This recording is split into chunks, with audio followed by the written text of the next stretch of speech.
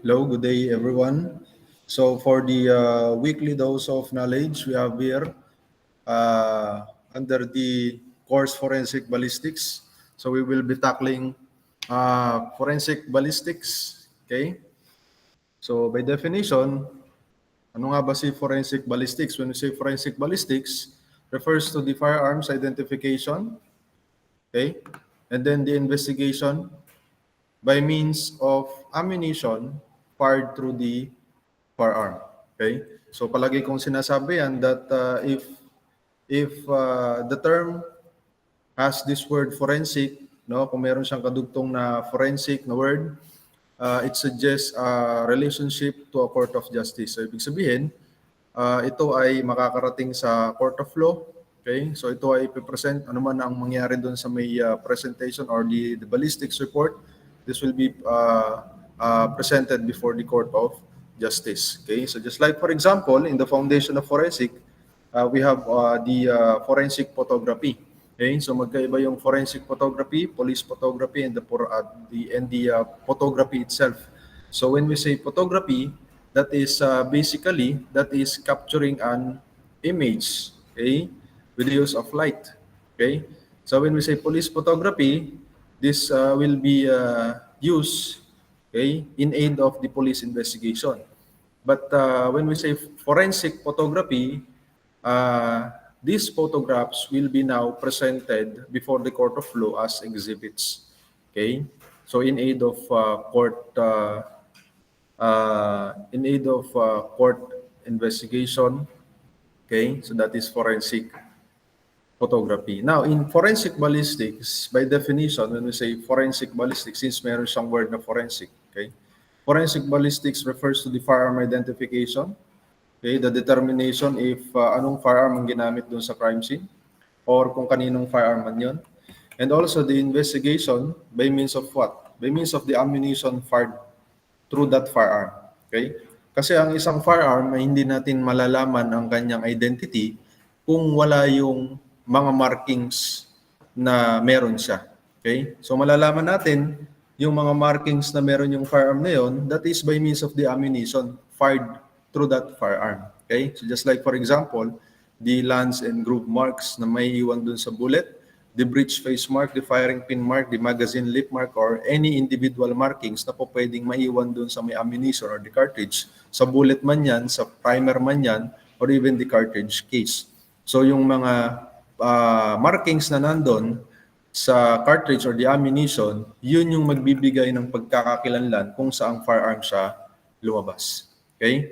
So when we say forensic as applied to ballistics or to any other subject, forensic suggests a relationship to a court of justice and legal proceedings. Okay? So, as I have said earlier, kapag ang isang term ay merong word na forensic, it suggests a relationship to a court of justice and legal proceeding. So, meaning maaabot yan o makakarating yan dun sa korte. Okay? And then the forensic came from the Latin word, the etymology of the word forensic came from the Latin word forum, which means the marketplace, where people gathered for public disputation and then the public discussion. Okay? So, we have here the term ballistics fingerprinting. Okay? So, ang firearm ba ay merong fingerprint? We do not call it as a fingerprint since ang firearm ay wala namang fingers, di ba? So, hindi siya magpo-produce ng latent prints or patent prints. Okay? So but the term ballistics fingerprinting refers to the markings or the individual characteristic of this firearm. Okay? So ginamit lang yung word na fingerprinting since parang kahalintulad ito ng tao, no, na kahit ang tao, now as we all know, we have these three dogmatic principles in personal identification, fingerprint, no? Na kung saan number one, we have this principle of permanency, na yan ay hindi na mababago. Okay? We have this, but in principle of permanency, yes, hindi siya mababago, but in a particular or in a certain cut na po pwedeng mangyari, okay, doon sa iyong skin, no? Depende yan sa lalim, pwede siyang maging permanent na sumama na dun sa fingerprint. Okay? Another is the principle of individuality, na kung saan there is no two person or individual that has the same fingerprint patterns. Okay? Patterns, yes, pwede magkamukha tayo ng parehas tayong double loop word, pwede tayong parehas na central pocket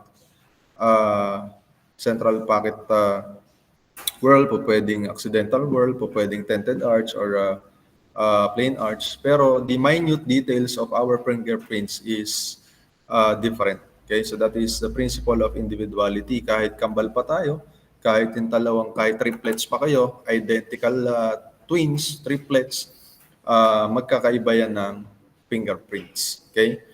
So, the other one, in the three dogmatic principle, okay, is the principle of infallibility, that fingerprint cannot be forged. Okay? So, when we say fingerprint cannot be forged, ang signature kasi natin pwede nating dayain eh. But the fingerprint, hindi natin yan kayang dayain. Okay? So, ang signature pwede nating baguhin, pero ang fingerprint, we cannot false, or we cannot, kung merong false signature, we cannot forge our fingerprints. So, in ballistics fingerprinting, this is the identification of the gun that fired a bullet from an analysis of the unique marks that every gun makes on the bullet. Ano ba yung mga unique marks na yun? Yung tawag natin doon is the lands, okay? Lands and groove marks. So, yun yung iniiwan niya. So, yun yung pinaka ridge and furrows ng firearm. Kung tayo sa skin natin, okay, sa friction skin natin dito sa ating fingers, ay meron tayong tinatawag na ridge and furrows. When we say ridge, those are the elevated portion of the skin. And then the furrows, that is the depressed or the canal-likes of our friction skin.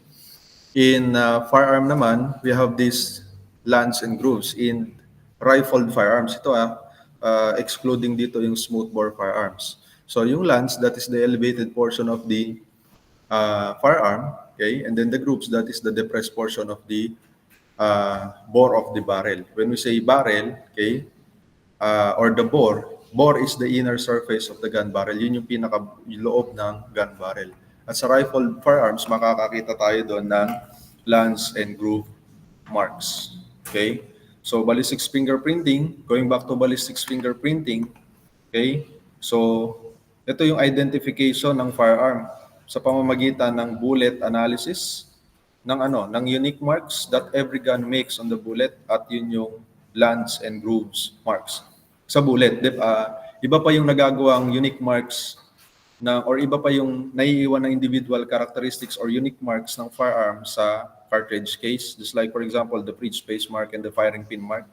Okay, so iba pa yun. Ito, ang pinag-uusapan dito is the bullet analysis. So, ang naiiwan lang naman na individual characteristics doon ng firearm is the lance and grooves marks. Okay, so every gun makes on the bullet, it fires on the shell ejected from it. That a firearm being harder than a bullet, cartridge case, every time you fire a cartridge on it, its signatures and thumb mark, yung pinaka-fingerprint niya, which is the lance and grooves, leaves its fired bullets and cartridge case. So naiiwan yan. Okay? Naiiwan yan dun sa may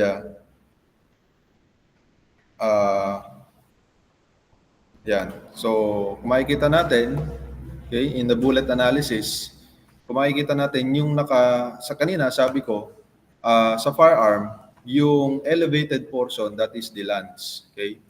Yung lance, yung nakaangat. Okay? So, just like, for example, this is the bore of the firearm. So, yung nakaangat, yan, that is the lance. Okay? So, that is the lance. Yan yung nakaangat na portion. And then yung mga nakalubog naman na portion, that is what we call grooves. Okay? Sa bore yan, ha? Okay? Ngayon, pagdating niyan sa bullet, baliktad. Okay? Kung ano yung nakalubog sa bullet, yun yung landmarks. Okay? Baliktad yan. Sa bullet, okay, just like for example, yan, bullet. So this is the bearing surface. Yan. So lahat ng nakalubog, ito nakalubog yan. Ito rin nakalubog. No? Ito rin nakalubog. So lahat ng nakalubog na yan, lahat ng may humukay na yan sa bearing surface ng bullet, ang tawag dyan is landmarks. Yung nakaangat naman, that will be the groove marks. Yung medyo nakaangat lang. Okay? So, sir, bakit ganun? Bakit baliktad? Okay? Siyempre, kung sino yung huhukay, kung sino yung nakaangat dito sa may bore, yun yung huhukay sa bullet. So, baliktad siya. No? So, dahil ito yung medyo nakaangat dito, pag dumaan dyan yung bullet, huhukay yan. So, ibig sabihin, pagdating sa bullet, yung landmarks, yun yung nakalubog. Yung medyo nakaangat, yun yung groove marks. So, baliktad siya. Okay? Next, so we have here the divisions or the stages of forensic ballistics. Tinatawag din siya na stages. Okay? The stages of forensic ballistics. Okay? So we have three. We have field investigation, we have technical examination, and then the legal proceeding. Huwag niyong kakalimutan that sa field investigation, yan ay ginagawa sa crime scene. Okay? That is the crime scene processing actually. And then ang technical examination naman, that is conducted in the crime laboratory, and legal proceedings that is conducted in the court of justice. So dito sa field investigation, dito nangyayari yung recognition, collection, marking, preservation, and then the transmittal of ballistic evidence. Sa technical examination naman, pag nasa crime lab na, doon na mag-examine or mag-bullet analysis, o pwedeng mag-test firing or the use of the bullet comparison microscope. So after you examine the bullets or the ballistic evidence, gagawa yan ng ballistics report, and then ipe-present yung report na yan sa legal proceeding sa Court of Justice. Okay? So pag mag-testify ka as an expert witness, sasabihin mo na kung yung kung yung bullet na nanggaling sa crime scene ay nagmatch na sa suspected firearm, pine-present mo na siya before the court of law. That's part of the legal proceedings. Okay? So, sa isayin natin, attributes or the stages of forensic ballistics in field investigation. What is field investigation? When we say field investigation, it is conducted by the first officer in the case in the field, which is the crime scene. When they investigate a case or cases wherein firearms have been used, it is a routine job of the investigating officer that involves the following. But actually, the field investigation is not the responsibility of the investigator on case. Okay? Dahil si investigator on case, tatawag pa rin niya ng support from the PNP Forensic Group. At yung PNP Forensic Group, yun yung magpo-process ng crime scene, yun ang magsasagawa ng recognition. When we say recognition, that is the process of identifying physical evidence in the crime scene. So yun yung naglalagay sila ng mga number, no? Doon sa mga evidence na makikita nila sa crime scene. Then after that, after they recognizing this physical evidence, after that, syempre, i-collect yan. That is collection. That is the process of collecting pieces of evidence sa crime scene. Then after that, before preserving o ilagay sa mga kanya-kanyang lalagyan, okay, lalagyan niya ng marking. Okay? That is the process of placing information on the physical evidence for identification. Okay? Ngayon, the question here is, ano yung ilalagay na marka? Okay, so balik muna tayo dun sa may kabilang slide para mas marami tayong masusulatan. Okay, so ano yung ilalagay na marka? Actually, dalawa yan. We have this marking and then this tagging. Okay, sa firearm, ang ginagawa, tagging. Okay, na kung saan yung trigger guard niya, nilalagyan siya ng tali and then meron lang siyang papel doon. Doon nilalagyan ng markings, hindi siya inuukitan. Okay, pero kung ang na-collect natin sa crime scene ay fired bullets, no? Just like for example, yan, meron tayong fired bullets dito. Okay, meron yang landmarks. Okay, merong landmarks. Yan. And also groove marks. Okay, tapos meron tayo dito ang cartridge case. Yan, cartridge case. Okay. Ngayon, meron tayong na-collect sa crime scene na fired bullet and then the fired cartridge case. Okay? So, ngayon, ano yung ilalagay natin na marking? Dalawa lang naman ang ilalagay natin na marking. Number one, ang ilalagay natin is the initial of the investigator on case. The initial of the IOC. So, limbawa, ako, yung investigator on case, Emerick Nicolas. Okay? So, ang ilalagay ay EN. Okay? So, EN, tapos bukod sa initial investigator on case, ilalagay natin yung date of the recovery. Okay, so anong petsa ngayon, yun ang ilalagay natin. So just like for example, EN tapos 7, 24, 25. So yun yung ilalagay natin na marka or marking sa ballistic evidence. So ngayon, the question here is, saan natin lalagyan dito? Okay? So, erase ko muna yung inks. Okay? So, maliwanag ang ilalagay natin is the initial of investigator on case and then the date of recovery. So, just like for example, ako yung investigator on case, EN, tapos the date of recovery, 7, 24, and then 25. So, ito yung marking na ilalagay natin. Okay? So, halimbawa, nakakuha tayo ng fired bullet in good condition. Okay? So, yan. Fired bullet. Tapos, lagyan natin ng landmarks and groove marks. Okay? Landmarks. Yan. Ngayon, ang tanong, bakit hanggang dito lang yung landmarks? Ba't hindi siya umaabot dito? Kasi yung bullet, yung ogive niya or yung nose, hindi naman na yan umaabot sa lands and grooves. So, ang tawag dito sa part na to ay nose. Dito naman yung ogive, yung simula ng pagkurba, that is ogive. And then itong straight na to, yung diretso na yan, tawag dyan is bearing surface. So, yung bearing surface na yan, yan yung nagdadala ng landmarks and groove marks. Ngayon, kung in good condition yung nakita natin na bullet sa crime scene, ibig sabihin ng in good condition, walang kupe, hindi siya deformed, hindi siya fragmented. Okay? So, lalagyan natin siya dito sa nose or sa ogive.